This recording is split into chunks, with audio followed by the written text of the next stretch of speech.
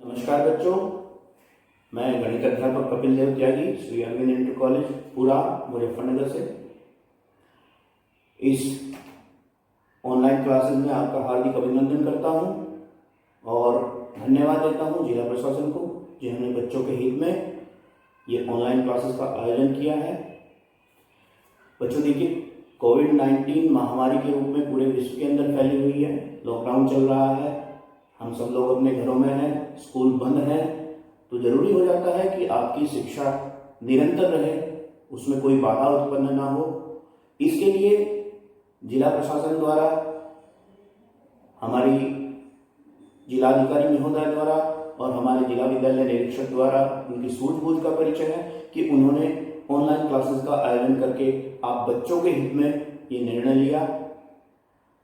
अब मैं आपसे एक और अनुरोध करना चाहूंगा साथ के साथ ही कि इस महामारी के दौरान आपके घर में मोबाइल में आप अपना आरोग्य सेतु ऐप जरूर डाउनलोड कर लें, जिससे आपको जानकारी मिलती रहे आपके आस पड़ोस की, कैसे बचाव करना है आपको, आपके आस पड़ोस में कहीं आप रेड जोन में तो नहीं आ गए, तो इन स्थितियों के बारे में उससे आपको पता चलता रहेगा। जरूरी ऐप है, मेरा अनुरोध है, निवेदन है कि उसे आप लोग जरूर डाउनलोड अपने मोबाइल में प्ले स्टोर से कर लें।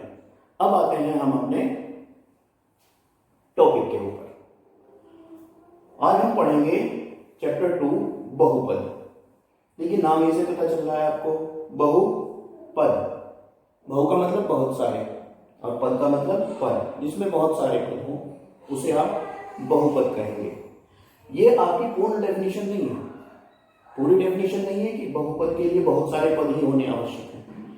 देखिए, किसी भी बहुपद को, पॉलिनोमियल को यदि हम px के रूप में लिखें, यानी कि पॉलिनोमियल ऑफ x, इसका मतलब होता है यहाँ पे कि x यहाँ पर एक चर के रूप में लिया जा रहा है। x यहाँ पर एक चर राशि है और उसे डिफाइन करने के लिए एक लीनियर कॉम्बिनेशन, एक रैखिक युग्म बनाया जाता है। वास्तविक संख्याएं जो हमने a1, a2, a3, an ली है, ये वास्तविक संख्याएं न्यूमेरिक भी हो सकती हैं, 1 2 3 4 कुछ भी हो सकती हैं, और चर की घात के रूप में x की घात n के रूप में चर की घात आपकी चलती चली जाएगी। वो डिक्रीजिंग ऑर्डर में भी हो सकती है, अवरोही क्रम में भी हो सकती है, आरोही क्रम में भी हो सकती है, पर जो मानक रूप है वो आपका अवरोही क्रम में लिखने का है, यानी कि पहले बड़ी घात, फिर छोटी घात, फिर छोटी घात।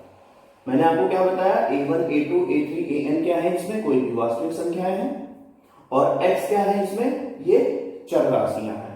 तो इसे आप परिभाषित करेंगे कि यहां पर चर का, जो चर हमने x मान रखा है, और वास्तविक संख्याओं का रैखिक युग्म का जो संयोग होता है, जो योग होता है, उसे आप बहुपद कहते हैं। यानी कि यहां पर क्या है, चर और वास्तविक संख्याएं। ये यहां पर जो a1, a2, a3 है, ये इन चर राशियों के गुणांक कहलाते हैं। ये इनकी गुणा में रखे हुए होंगे और ये गुणांक कहलाएंगे आपके। ठीक है, इसे आप बहुपद कहेंगे। जरूरी नहीं है बहुपद में बहुत सारे पद हो। मैं जैसे लिखता हूं, केवल x लिखता हूं, ये भी आपका एक बहुपद है। ठीक है, और इस बहुपद की घात कितनी है, फिलहाल 1 है। ठीक है, मैं अगर यहां पे 5 लिखूं, ये भी आपका बहुपद है, क्योंकि इसमें केवल वास्तविक संख्या है। चल यहां पर क्या है, x की घात 0 है। किसी की भी घात 0 होती है, उसका मतलब क्या होता है, 1 होता है। तो यहां पर 5 को हम 5x की घात 0 लिख सकते हैं, और इसकी, यानी कि इस बहुपद की घात क्या होगी, 0 हो गई। इसी तरीके से 0 भी एक बहुपद है, 0 भी आपका एक बहुपद है, और इसकी घात कुछ भी नहीं होती, इसकी कोई घात नहीं है। 0 आपका एक बहुपद है जिसकी कोई घात नहीं होगी। ठीक है, ये बात आपकी समझ में आ गई होगी। अब हम बात कर रहे हैं बार बार घात की। घात क्या होती है, मैं एक एग्जांपल लेकर चल रहा हूं आपके सामने, एक बहुपद लिखता हूं। आपने देखिए बहुपद कक्षा 9 में भी पढ़े हैं, बहुपदों के गुणनखंड आप लोगों ने पढ़े हैं। तो मैं एक बहुपद लेके चलता हूं। मान लीजिए x की घात यहां पर मैं 5 ले लेता हूं, प्लस में x ले लेता हूं, और प्लस में 3 ले लेता हूं। यहां पर भी इसके साथ में 4 लिख लेता हूं। ठीक है, ये मैंने एक बहुपद अपनी तरफ से लिख दिया। अब हमें क्या देखना होता है, घात। घात के बारे में आपको मैं बता रहा था।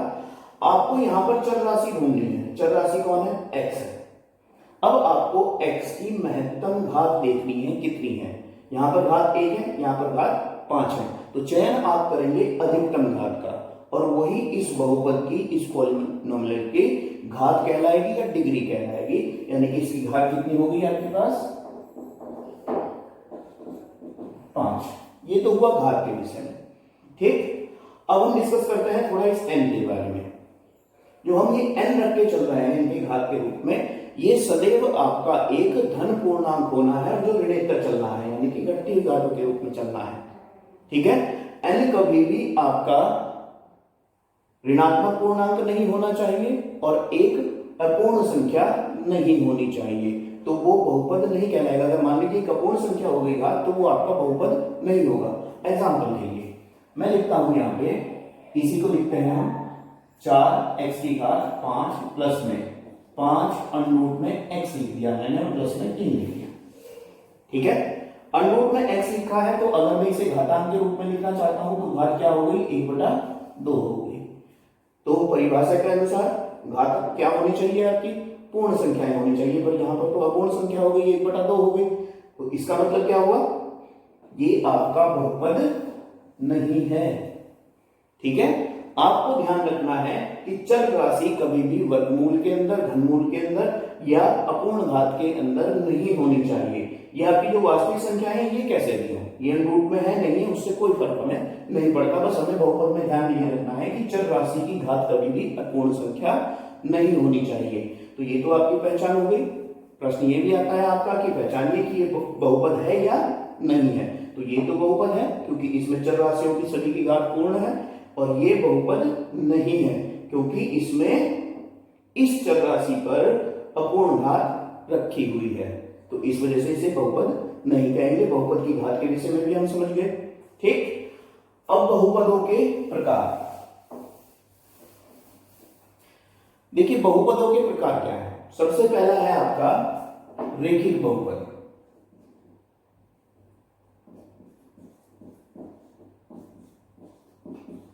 रेखिक बहुपद क्या है, रेखिक बहुपद वो बहुपद है जिसकी घात 1 होती है। ठीक है, क्या बताया मैंने, जिसकी घात 1 होगी वो आपका रेखिक बहुपद कहलाएगा। जैसे मैं लिखता हूं 3x माइनस 9, ये आपका एक रेखिक बहुपद है, इसकी घात कितनी है, 1 है। या मैं लिखता हूं 3x, ठीक है, या मैं लिखता हूं x, इसकी घात 1 है, तो ये आपका एक रेखिक बहुपद कहलाएगा। नंबर 2 पर है आपका द्विघात बहुपद।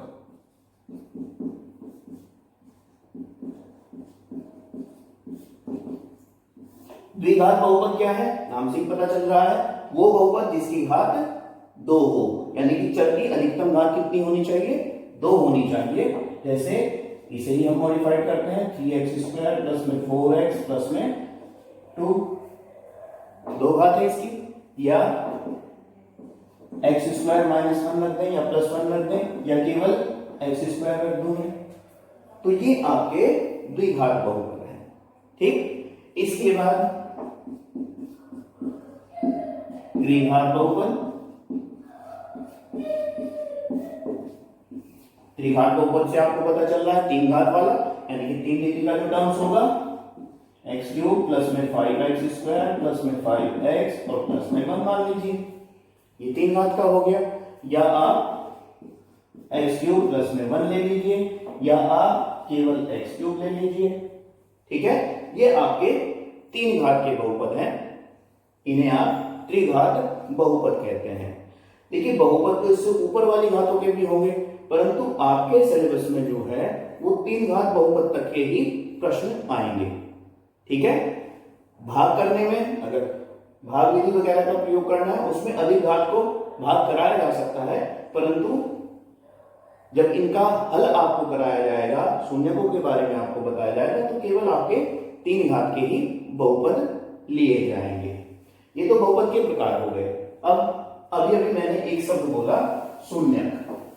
शून्य क्या होता है।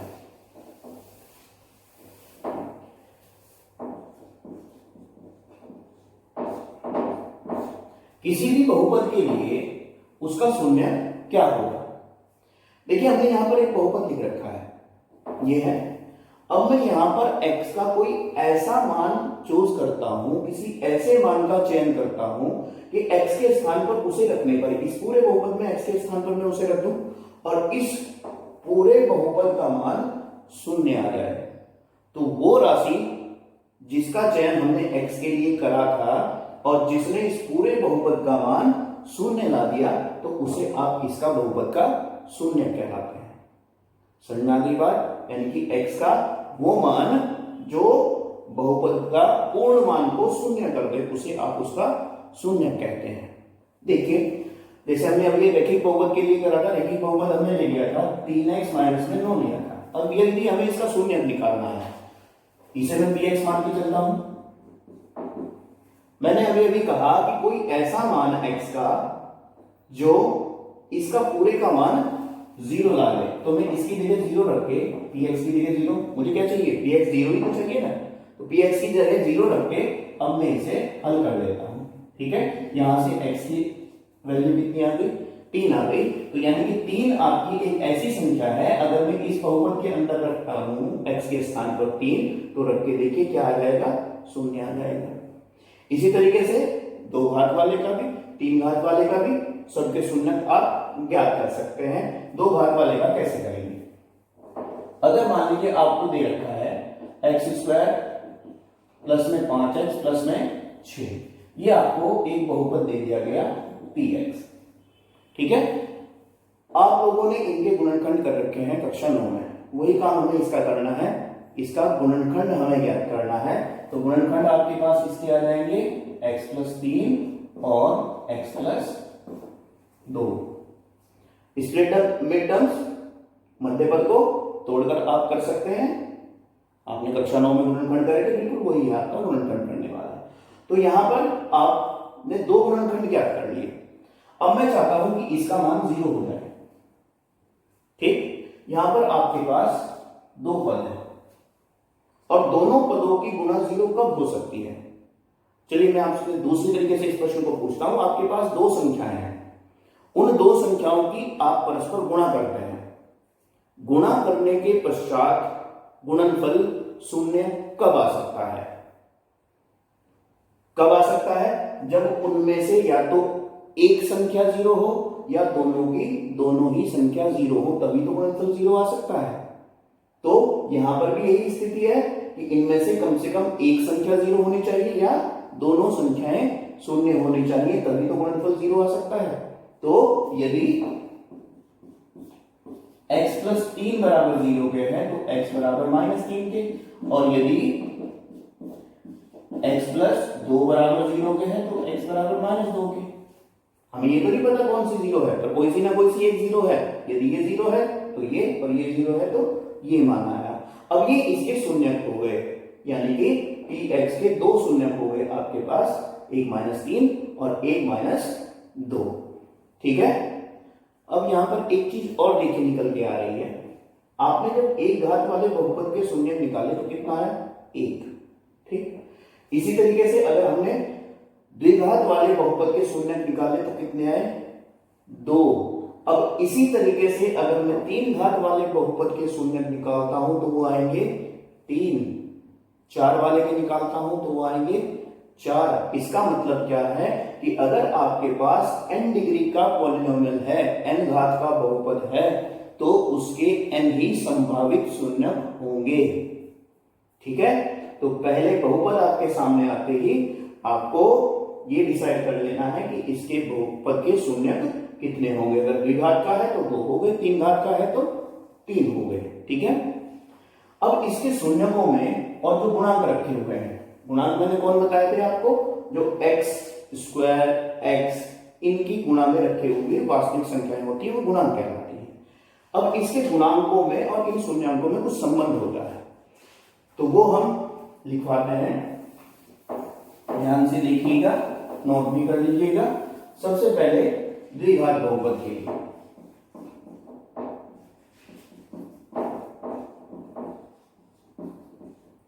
द्विघात बहुपद है आपका, इसे हम मानक रूप में लिखते हैं। मानक रूप का मतलब होता है कि आप कोई भी वास्तविक संख्या का चयन अपनी तरफ से नहीं करेंगे। जैसे हमने यहाँ पे उदाहरण दिया और अपनी तरफ से कोई वास्तविक संख्याएं रखी हैं, तो वो चयन हम अपने आप नहीं करेंगे, हम वेरिएबल के रूप में ही उन्हें रखेंगे, एक अननोन्स के रूप में ही उन्हें लिखेंगे।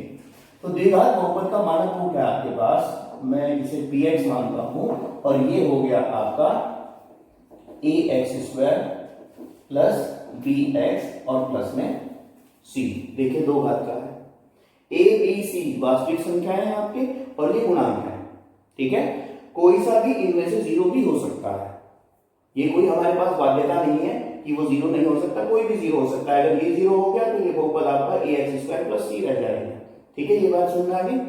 अब देखिए इसके कितने शून्य होने हैं, दो घात का है तो निश्चित रूप से दो ही शून्य होने हैं। हम दोनों शून्य मान के चलते हैं, वो हमने मान लिया एक शून्य अल्फा है और एक शून्य इसका बीटा है, ठीक है। अल्फा और बीटा यानी कि x के आपके पास दो मान है, x बराबर अल्फा और x बराबर बीटा के, ठीक है। तो यहां पर सबसे पहला प्रगुण है आपका शून्यकों का योग।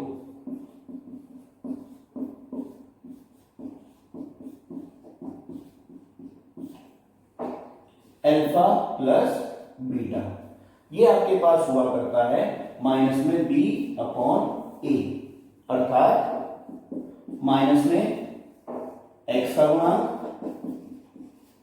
यानी कि जो x की गुणा में रखा हुआ है और बटे में x² का गुणांक, ठीक है, माइनस b अपॉन a। दूसरा है इसमें शून्यकों का गुणन,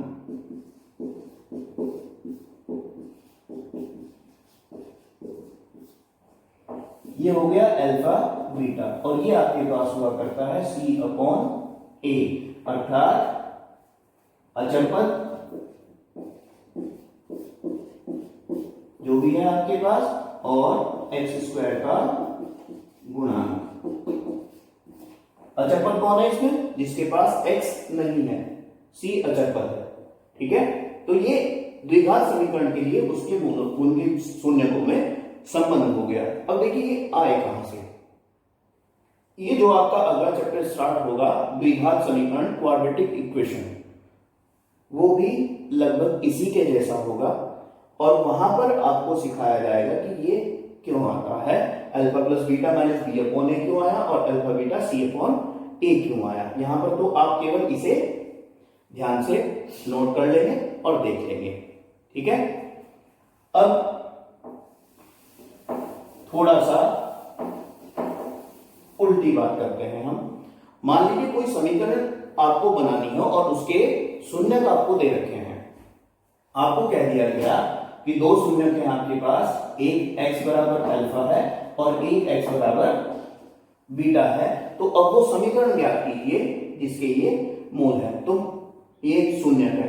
तो ये शून्यक जब आपको दिए गए हो और आपको उससे समीकरण ज्ञात करनी हो या बहुपद आपको ज्ञात करना हो, तो बहुपद ज्ञात करने के लिए px बराबर x² माइनस में alpha plus beta into x और प्लस में अल्फा बीटा, यानी कि जो दो शून्यक आपको दिए गए थे उन शून्यकों का योग और गुणनफल पहले आपको ज्ञात कर लेना है और फिर इस समीकरण में रख देना है, योग के स्थान पर ये और गुणन के स्थान पर ये आपका आ जाएगा। तो ये द्विघात बहुपद के लिए हुआ। अब हम बात करते हैं त्रिघात बहुपद की। अगर बहुपद आपका 3 घात का हो जाए तो क्या करना है।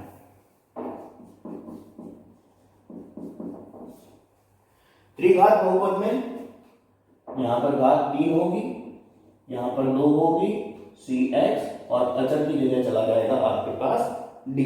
अब देखिए 3 घात का बहुपद हो गया, वही बात यहां पर भी a b c d ये आपके इनके गुणांक हैं और इनमें से कोई भी वास्तविक संख्या है क्योंकि, तो कोई भी मान इनका हो सकता है, कोई भी मान शून्य भी हो सकता है और कोई अन्य न्यूमेरिक वैल्यू भी हो सकती है। तो अब बड़ी सीधी सी बात, शून्य कितने होंगे, 3 होंगे, अल्फा बीटा और गामा। यहां पर आपके 3 शून्य होंगे, तो उनमें सबसे पहले संबंध की बात करते हैं हम। सबसे पहले इनका योग, ये क्या होगा, alpha plus beta plus gamma, ये बराबर आपके पास माइनस में b अपॉन a। ठीक है, b कौन है, एक्स स्क्वायर का गुणांक है अगली बार, और a कौन है, एक्स क्यूब का गुणांक है। ठीक है, तो लिखने की आवश्यकता नहीं, वो आप देख के मानक रूप को देख के समझ सकते हैं। फिर युग्मों का योग, अगर पेयर वाइज इनका योग लें तो क्या होगा, यानी कि अल्फा बीटा, बीटा गामा और फिर गामा अल्फा, ये आपके पास होता है c अपॉन a। ठीक, और फिर इनका गुणन, तीनों का गुणनफल, वो अल्फा बीटा गामा, ये आपके पास होगा माइनस में d अपॉन a के। अगर 3 घात का बहुपद है आपका तो ये संबंध आपके गुणांकों में और शून्यकों में होने हैं आपके। अब फिर से वही बात कि यदि आपको 3 मूल दे रखे हों और आपको समीकरण बनानी हो तो इन तीनों मूलों से सबसे पहले तो आपको यही 3 चीजें निकालनी होती हैं। उन मूलों का योग भी निकाल लीजिए, जो भी आपका है, मूलों का गुणन, दो के गुणनफल का योगफल निकाल लीजिए, वो भी आपके पास आ गया, और तीनों का गुणनफल निकाल लीजिए, और तब आपसे समीकरण पूछी जाए तो आप क्या करेंगे, एक्स क्यूब माइनस में alpha plus beta plus gamma into x square plus में अल्फा बीटा, बीटा गामा और गामा अल्फा इंटू में एक्स, और माइनस में अल्फा बीटा गामा, ये आपका 3 घात का बहुपद हो जाएगा। ठीक है, इस क्रम को जरूर ध्यान रखें। माइनस, देखिए यहाँ पे पहले प्लस माइनस प्लस माइनस, ये आपके अल्टरनेट चलते हैं, प्लस माइनस। ठीक है, तो ये आपका 3 घात के बहुपद के लिए हुआ। ये कॉन्सेप्ट शायद आपकी समझ में आ गया होगा, इनके शून्यांक और उनके गुणांकों में संबंध। अब देखिए हम प्रश्नावली पर चलते हैं। प्रश्नावली स्टार्ट करते हैं हम।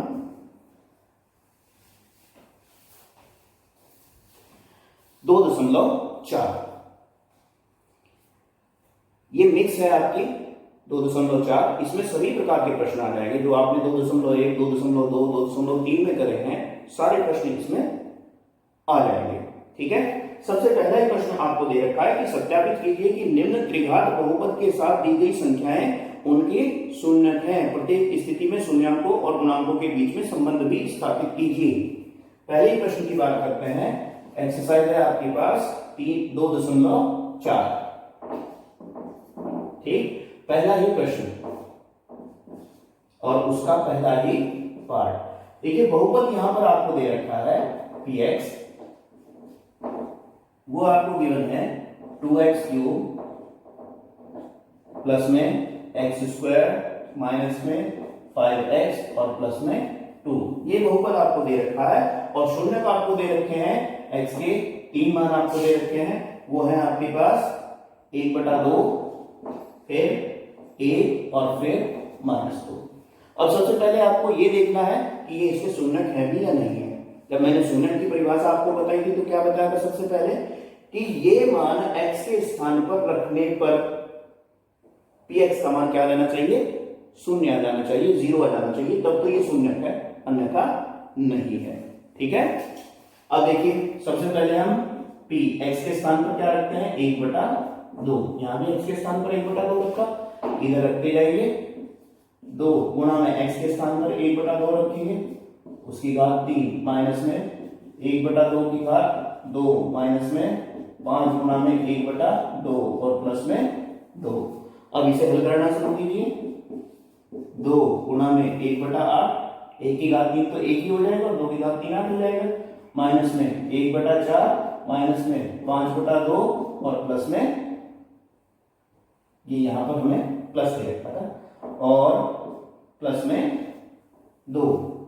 ठीक है, अब देखिए हमारे पास यहां पर कितना हुआ 2 से इसे काटेंगे 1/4, यहां से भी 1/4 माइनस के 5/2 और प्लस के 2। लघुत्तम ले लीजिए, लघुत्तम आपके पास आ गया 4 इसका, तो यहां पर 1 प्लस 1 माइनस में 10 हो जाएंगे और प्लस में 8 हो जाएंगे। तो प्लस के कितने हैं हमारे पास 8, 9 और 10, और माइनस के भी 10 ही है, तो कितना आ गया 0 आ गया।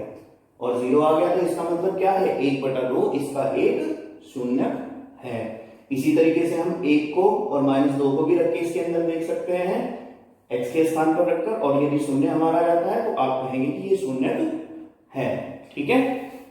अब इसमें एक बात और कही थी हमने कि आपको इसके गुणांकों और शून्यकों के बीच में संबंध स्थापित करके दिखाना है कि जो हमने अभी भी संबंध आपको लिखवाए थे alpha plus beta plus gamma बराबर -b/a, तो वो क्या सच में होते हैं या नहीं। तो हम सबसे पहले योग की बात करते हैं। योग, इन तीनों का योग 1/2 प्लस में 1 माइनस में 2 कितना हो जाएगा हमारे पास। देखिए ये तो प्लस के हुए 3/2 और माइनस के हुए 2, 2 दूनी 4 में से 1 जाएंगे, माइनस का 1/2 हो गया हमारे पास। ठीक। अब हम देखते हैं योग गुणांकों के आधार पर क्या हुआ करता था, वो हुआ करता था माइनस में b/a। ठीक है। b के स्थान पर कौन रखा हुआ है, a के स्थान पर 2 है, b के स्थान पर यहां पर अगर कुछ नहीं है तो 1 है, c के स्थान पर -5 है और d के स्थान पर 2 है यहां पर। तो -b/a है, b के स्थान पर 1 और a के स्थान पर 2। देखिए बराबर आ गए हैं कि नहीं।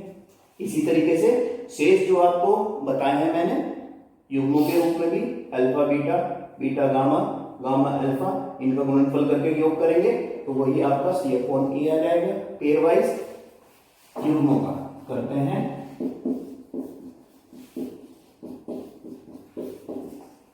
अल्फा बीटा यानी कि 1/2 गुणा में 1 प्लस में 1 गुणा में -2 प्लस में 1/2 गुणा में 1। इसे हल करते हैं तो कितना आता है। देखिए 1/2 यहां से गुणा करेंगे माइनस में 2 और यहां से प्लस में 1/2, तो यहां से हमारे पास आ गया माइनस का 1। ठीक है। पेयर वाइज अगर इसका हम करते हैं तो ये यहां पे हमारे पास अल्फा बीटा, बीटा गामा और गामा अल्फा, ये हमारे पास यहां पर -2 था, -2 था, तो ये हमारे पास यहां पे माइनस का 1 आएगा। माइनस के 3 हुए और प्लस के 1/2 हुए हमारे पास, तो ये आ जाएंगे माइनस के 5/2। अब देखिए युग्मों का योगफल क्या हुआ करता था हमारे पास, युग्मों का योगफल हुआ करता था C/a। C के स्थान पर कौन रखा हुआ है -5 और a के स्थान पर कौन रखा हुआ है 2 रखा हुआ है, तो देखिए ये भी आपका बराबर आ रहा है। फिर इनका गुणनफल इसी तरीके से तीनों की गुणा करके देखेंगे हम, तो वो आपके पास माइनस का 1 आ रहा है। इसकी और इसकी तीनों की गुणा करें तो 2 से देखिए 2 कट रहा है, -1, 1 और 1, तो उनका गुणनफल कितना आ रहा है -1 आ रहा है। और यहां पर भी आप ध्यान दें तो C/a with minus sign, C के स्थान पर कौन है 2 है और a के स्थान पर कौन है वो भी 2 है, और सामने माइनस रखा हुआ है 2/2, तो वो भी माइनस का 1 ही आएगा। तो इसे आगे आप खुद करके देखेंगे। ठीक है। दूसरा पार्ट भी आप इसका खुद करेंगे। इस तरीके से आप इन्हें सत्यापित कर सकते हैं कि शून्य है या नहीं है। देखिए एक बात यहां पर मैं आपको और भी बताना चाहूंगा कि शून्य निकालते हुए जो बहुपद आपको प्राप्त होता है, रेखीय बहुपद जो आपको प्राप्त होता है, जैसे हमने एक गुणनखंड करके देखते थे, वो बहुपद यानी कि उस शून्य के सापेक्ष जो आपको बहुपद प्राप्त होता है वो दिए गए बहुपद का पूर्ण गुणनखंड होगा, यानी कि पूरी तरीके से उसे विभाजित करेगा। इस बात को भी ध्यान रखिएगा।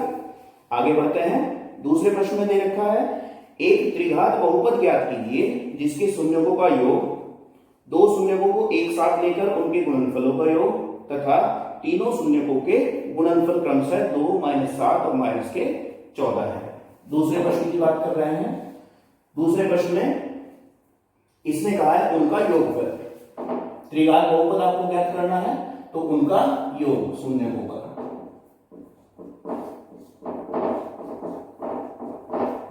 वो आपको दिया गया है कितना, 2। ठीक, युग्म के रूप में पेयर वाइज जो है युग्मों का योग वो कितना दे रखा है आपको, इसमें प्रश्न में आपको दे रखा है वो -7 है, और गुणनफल यानी कि गुणन उनका तीनों का वो आपको दे रखा है -14 है। तो अब आपको त्रिघात बहुपद ज्ञात करना है। तो अभी अभी मैंने आपको बताया था क्या होगा, x³ माइनस में योगफल इंटू में x² प्लस में युग्मों का योग इंटू में x, और माइनस में क्या होगा, गुणन इनका, वो आपका बहुपद बन जाएगा 3 घात का। तो ये मान हम इसमें रखते चलते हैं, x³ माइनस में जो कितना है आपके पास 2x² हो जाएगा, युग्मों का योग वो कितना है, माइनस के साथ होगा, बाहर प्लस रखा हुआ है तो माइनस हो जाएगा 7x, और फिर गुणन कितना है, -14 है, माइनस ऑलरेडी यहां पर है तो प्लस के 14। तो ये आपका अभिष्ट बहुपद आ गया। ठीक है, दूसरा प्रश्न इस तरीके से है। फिर तीसरे प्रश्न में आपको दे रखा है यदि बहुपद के शून्यक a - b a b हो तो a और b का मान ज्ञात कीजिए। तीसरे प्रश्न पर आइए। तीसरे प्रश्न में देखिए आपको दे रखा है, तीसरे प्रश्न में एक बहुपद है आपके पास px, इसे मान के चलते हैं हम, वो आपको दे रखा है x³ माइनस में 3x² प्लस में x और प्लस में 1। इसके जो शून्यक हमें दिए गए हैं वो a - b, a और a प्लस b दिए गए हैं, और आपसे a और b के अलग अलग मान निकलवा रहा है। हम तो सबसे पहले हम क्या करते हैं, इनका शून्यकों का योग, तीनों शून्यकों का योग क्या होता है, a - b हो जाएगा, प्लस में a हो जाएगा और प्लस में a प्लस b हो जाएगा। परंतु वो तो हमारे पास क्या हुआ करता था, माइनस में b अपॉन a हुआ करता था, माइनस में b के स्थान पर कौन रखा हुआ है, -3, और a के स्थान पर रखा हुआ है 1, तो यानी कि कितना आ गया हमारे पास, यहाँ से 3 आ गया। अब देखिए b से तो b कट रहा है, यहां से आपके पास आया 3a = 3k, तो a का मान कितना आ गया, 1 आ गया। ठीक है, अब युग्मों के रूप में योग उसे हमें प्रयोग करने की आवश्यकता नहीं है, हम सीधे चलते हैं गुणन पर। तीनों शून्यकों का जो गुणनफल होता है a - b गुणा में a हो जाएगा और गुणा में a प्लस b हो जाएगा। ठीक है, वो क्या हुआ करता था हमारे पास, माइनस में c अपॉन a, c के स्थान पर कौन रखा हुआ है, 1 रखा हुआ है, a के स्थान पर भी 1 है, तो कितना हो गया, -1 हो गया। ठीक है, और जहां जहां भी आपके पास a है उसके स्थान पर हम क्या रख सकते हैं, 1 रख सकते हैं। तो यहां पे क्या होगा आपके पास 1 - b, यहां पर भी 1 आ जाएगा, उसे तो लिखने की आवश्यकता नहीं, यहां पर 1 प्लस b और b = -1 के। ठीक है, यहां पे देखिए a - b और a प्लस b, तो a² - b² यानी कि 1 - b² होगा, और इधर आपके पास माइनस का 1 आ जाएगा। अब देखिए ये इधर जाके -b² बराबर कितने के हो गया, -2 के हो गया, और यहां से b² बराबर 2 के हुआ, और b बराबर ±√2 के हो गया। जब भी किसी वास्तविक संख्या का आप वर्गमूल लेंगे तो दोनों चिन्हों का प्रयोग करेंगे। ठीक है, क्योंकि -√2 का वर्ग भी 2 ही होता है और +√2 का वर्ग भी 2 ही होता है, तो इस वजह से आप दोनों चिन्हों का ही प्रयोग करके चलेंगे। तो हमारे पास a का भी मान आ गया और b का भी मान आ गया। ठीक है, तो ये आपका दोनों संभावित है, इनमें से कोई सा भी एक हो सकता है, उसे आप वेरीफाई कर सकते हैं समीकरण में रखने के पश्चात। ठीक है, इन मूलों में रखने के पश्चात आप उसे वेरीफाई कर सकते हैं। अब आगे बढ़ते हैं प्रश्न नंबर 4 पर।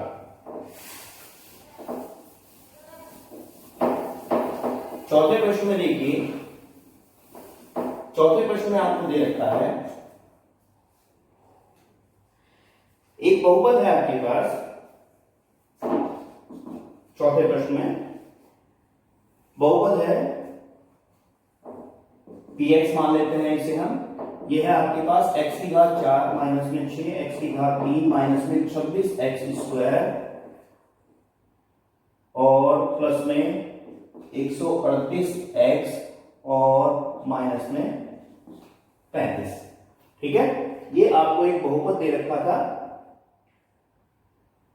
अब आपको इसके दो शून्य दे रखे हैं।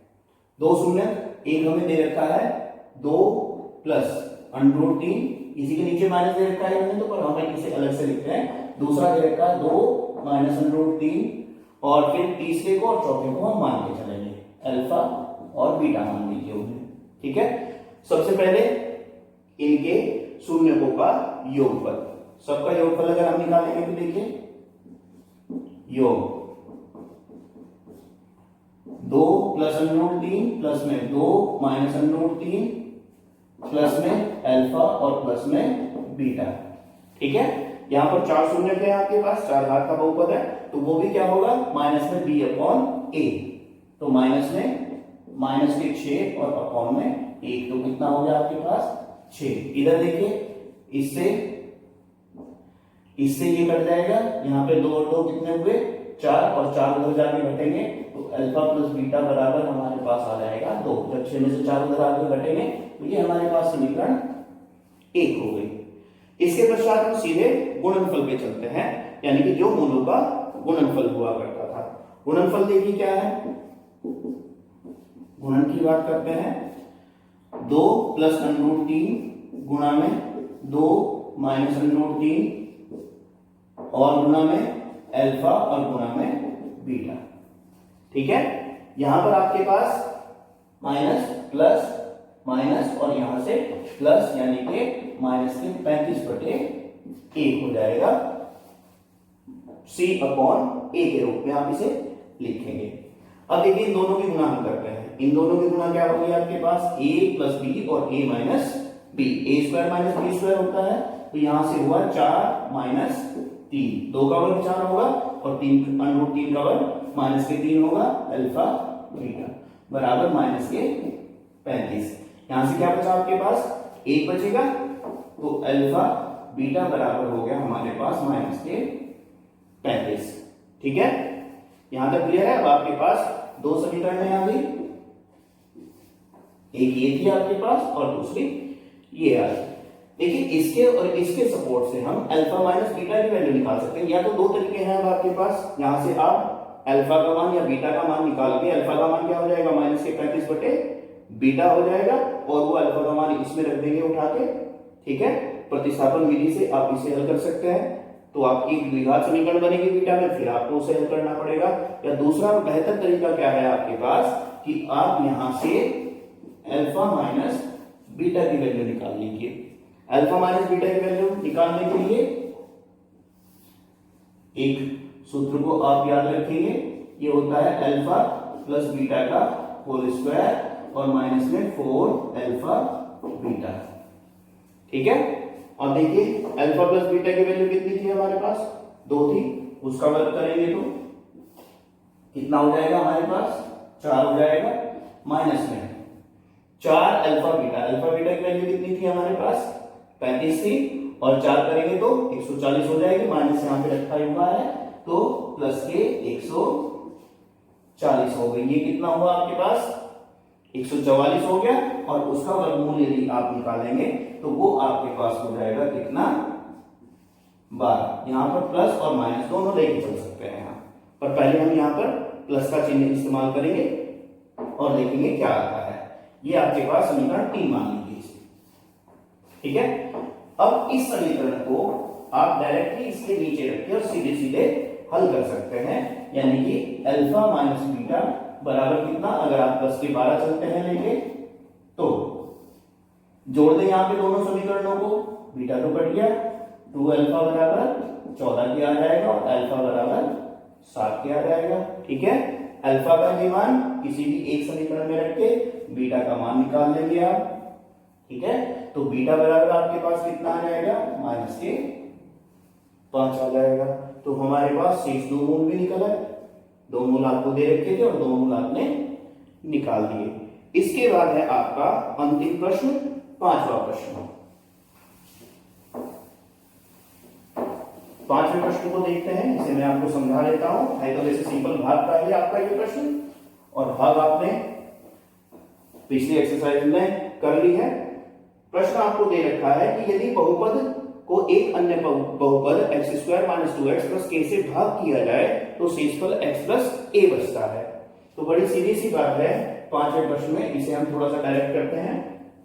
आपको दे रखा है x की पावर 4 माइनस में 6x की घात 3 प्लस में 16x स्क्वायर माइनस में 25x और प्लस में 10। और यदि इसे भाग करते हैं हम किससे, x square minus 2x plus k से, तो जो शेष आएगा भाग करने के बाद वो हमारे पास x प्लस a बचेगा। तो अब जब हम इसे भाग करना शुरू करेंगे, भाग करना हमने पिछली एक्सरसाइज में पढ़ ही रखा है, तो भाग करके नीचे जो भी शेष आएगा उसे किसके बराबर हमें रखना है, x प्लस a के बराबर रखना है। और फिर गुणांकों की तुलना करने के पश्चात हम k का मान ज्ञात कर सकते हैं और a का भी मान ज्ञात कर सकते हैं। देखिए भाग करनी शुरू करते हैं हम। इसमें सबसे पहले पद को पहले पद से भाग किया करते थे x स्क्वायर से, ठीक है। इसमें गुणा कीजिए, x की घात 4 हो जाएगा, जब इसमें गुणा करेंगे माइनस में 2x क्यूब हो जाएगा और प्लस में k x स्क्वायर हो जाएगा। घटाया करते थे, माइनस प्लस माइनस हो जाएगा, ये तो कट गया आपका यहाँ पे। यहाँ से आपके पास माइनस के 6x क्यूब है प्लस के 2x क्यूब है, तो माइनस के 4x क्यूब बचेंगे। यहाँ से x स्क्वायर दोनों में से कॉमन लिया जा सकता है, तो आपके पास बचेंगे 16 माइनस के इंटू में x स्क्वायर माइनस में 25x और प्लस में 10। ये ऊपर से नीचे उतार लिया हमने। अब फिर प्रथम पद को प्रथम पद से भाग करेंगे तो कितना, इसका प्रथम पद x स्क्वायर है और इसका प्रथम पद माइनस के 4x क्यूब है, तो कितना आएगा, माइनस के 4x। तो यहाँ पे माइनस 4x रखेंगे और इससे पूरे को गुणा करेंगे फिर, तो कितना आएगा, माइनस के 4x क्यूब। जब माइनस 4x की गुणा इसमें करेंगे तो प्लस के 8x स्क्वायर, और जब माइनस 4x की गुणा k में करेंगे तो माइनस के 4kx। इसकी गुणा जब हमने k में करी, अब फिर से वही घटाइए, प्लस माइनस और ये प्लस, ये तो कट गए यहाँ पे। अब यहाँ पे ध्यान दीजिए, प्लस के तो 16 है, माइनस के 8 है आपके पास, x स्क्वायर सब में से कॉमन आ रहा है, तो यहाँ से आपके पास बचा 8 माइनस के k और इंटू में x स्क्वायर। यहाँ से x कॉमन लिया जा सकता है बाहर, x कॉमन लेंगे तो क्या होगा, यहाँ से आपके पास बचेंगे प्लस के 4k और यहाँ से माइनस के 25 और प्लस में 10, ठीक है। कॉमन लेके जैसे हमने x स्क्वायर कॉमन लिया, यहाँ से 16 माइनस के माइनस 8, तो माइनस 8 को हमने इसमें से घटा दिया, इसी तरीके से यहाँ से भी।